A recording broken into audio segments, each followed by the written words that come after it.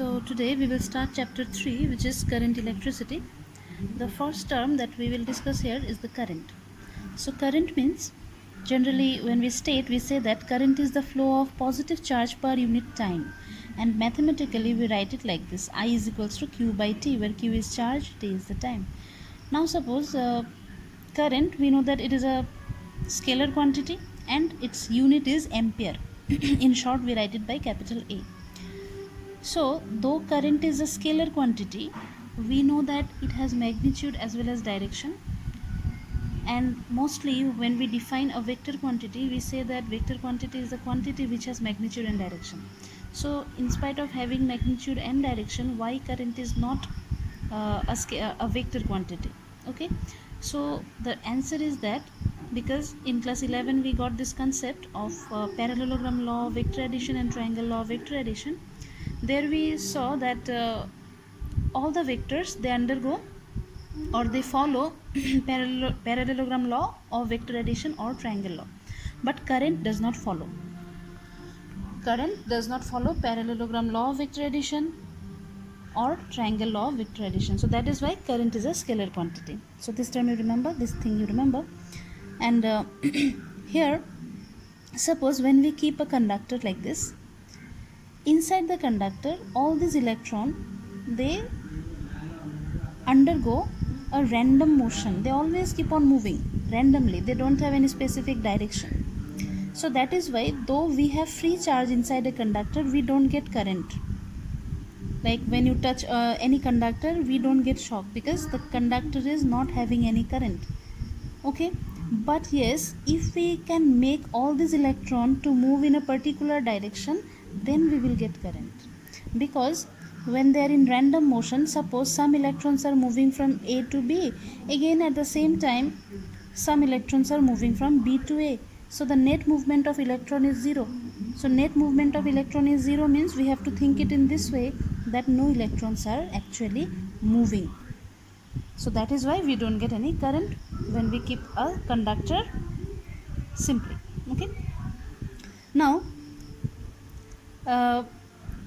suppose if all these electrons, now we did something and all the electrons, they started moving from side A to side B. So when they started moving from A to B, we can say that inside A there will be deficiency of electron. So deficiency of electron means side A will become positive, side A will become positive, and since electrons are moving to B, side B will become negative. So in other way we can also think it in this way. Suppose positive charges, instead of this electron, if we think it in this way, that positive charge is moving from this end to this end, that is why this side has become positive and this side has become negative. We can think it in this way, because we are defining current, and current is nothing but it is the flow of positive charge. Though electron is moving from A to B, but actually we have to think it in this way, that positive charge is moving from B to A. So what will be the direction of current then? B to A. Okay, the direction of current will be from B to A. Alright, the electrons are moving from A to B. So that's what I have written. Thus direction of current and direction of electron are opposite to each other. Next, suppose there is a conductor again AB, and this time we made these electrons to move in a particular direction. It is not like this.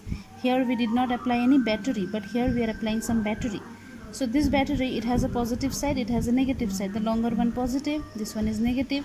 The positive side is connected with this A side, so that means A terminal has become positive and B side has become negative. That means the electrons should move from B to A, because in B side we have applied negative charge. So negative charge, it will repel all the electrons because electrons are negative charge. So it will repel all these electrons from B to A, and electron will move in this direction. So if electron moves in this direction, as I already told you, current will be in opposite direction. So this is the direction of current. Okay, current will flow from A to B. That means through the outer circuit, in this way the current will flow, and I have shown here with this 2 arrow. Now drift velocity. Drift velocity means it is the velocity attained by these electrons due to the application of this potential. Okay, this potential means this is a battery, this is creating some potential difference between these two ends, or in other words we can say that it is applying some electric field here inside the conductor. As a result, the electrons started to move from B to A. Okay, so these electrons, they will have a average velocity, because all the electrons will not move with the same velocity. Due to collisions and all, their velocity of each electron will be more or less different. So if we take the average velocity of all these electrons, then that velocity is called drift velocity. Okay, so when a potential difference is applied, means this battery across a conductor, the electrons move in a specific direction. Specific means it is moving from B to A. Then the average velocity of the electrons is called drift velocity. It is given by Vd, V suffix d. Okay. Now expression for drift velocity. So to get the expression for drift velocity, we start with this formula. This formula already we got in chapter 1. In chapter 1 you got the formula this way: F is equal to Q into E.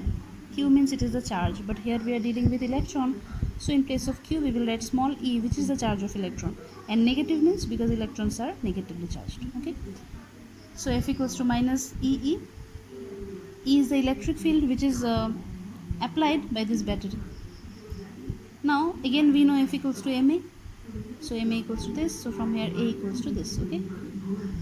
Next, as I already told you that since when no electric field or no battery was connected, electrons were in random motion. So if the electrons were in random motion, that means the number of electrons moving from A to B and the electrons moving from B to A is almost equal, and their average velocity is 0. So that means their initial velocity or initial average velocity is 0 when no electric field is applied. When the electric field is applied, then they will get some velocity, and the average of this velocity is nothing but drift velocity. Suppose if we use this formula in class 11, you got this one: V equals to U plus AT. So V bar means it is average velocity after the field is applied, average velocity before the field is applied, plus A means acceleration and time. So here this is nothing but drift velocity. This is 0. This one, when no field was applied, velocity was 0. In place of A we are substituting this value. Okay, this value we are substituting here. In place of time I have substituted tau.